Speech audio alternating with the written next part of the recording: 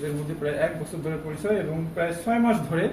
তাকে এই প্রলোভনটা দেখাইছিল যে তাকে স্বর্ণের কলসি দিবে এবং বিভিন্ন সময় তার কাছ থেকে ভিক্টিমের কাছ থেকে শামসুল হক অনেক অর্থ প্রতারণামূলকভাবে নিয়ে নেয় এই স্বর্ণের কলসির কথা বলে। তাদেরকে জিজ্ঞাসাবাদ করি, তাদের সাথে কথা বলি এবং তার এই মৃতদেহের সম্পর্কে আমরা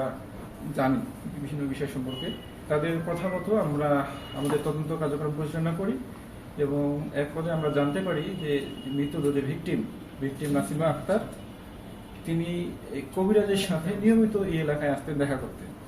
এবং তার উদ্দেশ্য ছিল সে এই কবিরাজ যে ছিলেন মানে পরবর্তীতে আমরা তাকে গ্রেপ্তার করি, তার নাম হলো শামসুল হক।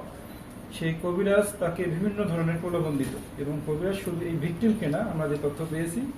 সে এরকম বিভিন্ন জনকে প্রলোভন দেখাইত। প্রলোভনটা ছিল যে স্বর্ণের পুতুল বা স্বর্ণের কলসি, এটা হয়তো আপনারা অনেকেই জানেন, এরকম ঘটনা শুনেছেন যে এই প্রলোভনের মাধ্যমে হয়তো অনেকে প্রলোভিত করে এবং বড় অঙ্কের টাকা পয়সা তার প্রতারণার মাধ্যমে নিয়ে নেয়। তো এই আমাদের যে ভিকটিম, সেই ভিকটিমও সেই একইভাবে কবিরাজের কাছে আসতেন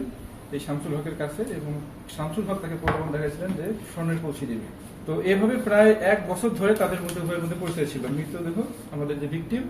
এবং যে আসামি শামসুল হক, এদের মধ্যে প্রায় 1 বছর ধরে পরিচয় এবং প্রায় 6 মাস ধরে তাকে এই প্রলোভনটা দেখাইছিল যে তাকে স্বর্ণের কলসি দিবে এবং বিভিন্ন সময় তার কাছ থেকে ভিকটিমের কাছ থেকে শামসুল হক অনেক অর্থ প্রতারণামূলকভাবে নিয়ে নেয় এই স্বর্ণের কলসির কথা বলে। সর্বশেষ পরশুদিন, সেটা হলো যে আমাদের রবিবার সন্ধ্যার দিকে এই কবিরাজ শামসুল হক তিনি ভিকটিমকে আসতে বলেন দেখা করতে এবং ভিকটিমও আসেন যে তাকে স্বর্ণের কলসি দেওয়া হবে এই কথা বলে তাকে কাঁঠালডাঙ্গি বাজার বলে সেটা ফরিদপুরে কাঁঠালডাঙ্গি বাজারে দেখার পর সেখান থেকে তারা আপনারা জানেন যে ঘটনাস্থল যেটা সেটা হলো যে ঘটনাস্থলের দিকে তারা অটোতে ওঠে কাঁঠালডাঙ্গি বাজারে। অটোতে ওঠার পর সেখানে কিছু দূর যাওয়ার পর মানে পাকা রাস্তা যতটুকু আছে সেখান পর্যন্ত তারা নামে, ওই ভাতুরিয়াগামী যে রাস্তাটা আছে সেখানে নামার পর তারা ওই যে কাঁচা রাস্তা হেঁটে যায় কিছু দূর ওই ঘটনাস্থল যেখানে ছিল সেখানে মহিলাটাকে রেখে ভিকটিমকে রেখে এই কবিরাজ বলে যে সামনে তন্নি দিঘি ওখানে একটা মাজার আছে, তো এই কবিরাজ বলে যে সেই মাজারে গিয়ে আমাদের ওখানে মানত করতে হবে। তো মহিলাটাকে আমাদের ভিকটিমকে ওখানে রেখে সে মানত করতে যায়। সে মানত করে ওখানে আবার ব্যাক করে প্রায় আধা ঘন্টার পর ব্যাক করে এসে মহিলাকে বলে যে মানত আমি করতে গেছিলাম, ওখানে যে জিনপুরি আছে তারা আজকে মানত করতে মানা করছে এবং তারা বলছে আজকে এই স্বর্ণের কলস দেওয়া যাবে না, মানত করা যাবে না। তো যেহেতু যে ভিকটিম ছিলেন, ভিকটিম টাকাও নিয়ে আসছিলেন এবং ভিকটিম আজকে এর আগেও তো টাকা দিচ্ছেন এবং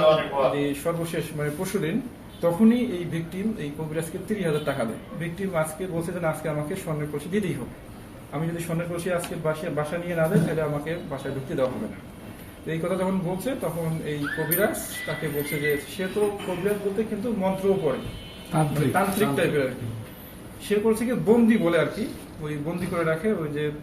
দাগ দিয়ে ঘিরে রাখে তার পাশে এবং ঘিরে রেখে মহিলা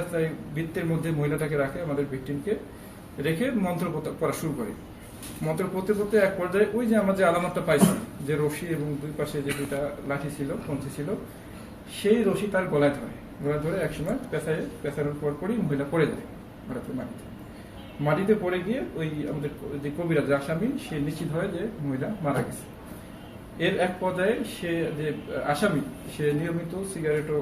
সেবন করে, তো সে ওখানেই সিগারেট ধরে এবং সিগারেট ধরার পর যে ডিএসএলআর যে কাঠি সে কাঠি ওখানেই ফেলাই দেয় এই কাপড়ের উপরে এবং সে সেখান থেকে চলে আসে। সে হয়তো আলামত নষ্ট করার জন্য এটা করে থাকতে পারে। তো